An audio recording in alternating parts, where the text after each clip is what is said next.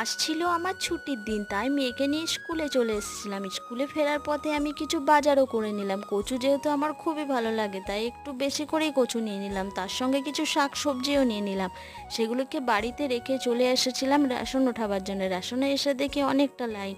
যেহেতু আমি ডিউটি যাই, তাই আমি কোনো দিনই ঠিক টাইমে রেশনটা পাই না। এদিকে আমি স্কুলটাকেও দেখে নিলাম, যে স্কুলে আমি ছোট থেকে বড় হয়েছি। এদিকে আবার রেশনটাও নিয়ে নিলাম। তারপরে চলে আসলাম মেয়েকে স্কুল থেকে নিতে। ওকে স্কুল থেকে এনে দেখি মা ওইদিকে একাদশ প্রসাদের জোগাড় করছে। একটু শরবতও বানিয়ে নিয়েছিলাম, যেটা সবাই মিলে একটু খেয়েও নিলাম। তারপরে আমরা সবাই মিলে প্রসাদও পেয়ে নিলাম। তারপরে দেখি কি বৃষ্টি না হয়েছে, আমি উনুনটাও ঢোকাতে ভুলে গেছি, উনুনটা ভিজে গেছে। তারপরে মা কিছু কলা দিয়েছিল, যেটা কলাগুলো পেকে গেছিলো, সেগুলো খেয়ে নিলাম। তারপরে মেয়ে বায়না করে যে তার নাকি মেহেন্দি লাগাতেই হবে। সে নাকি কালকে স্কুলে মেহেন্দি লাগিয়ে যাবে, সে কালকে নাকি টিচার ডে আছে। আমি তো মেহেন্দি লাগাতে পারি না, তাও যাই হোক যেরকম করে হোক বায়না করছে, ছোটো বাচ্চা করে দিলাম। এদিকে টিচারদের জন্য কিছু পেন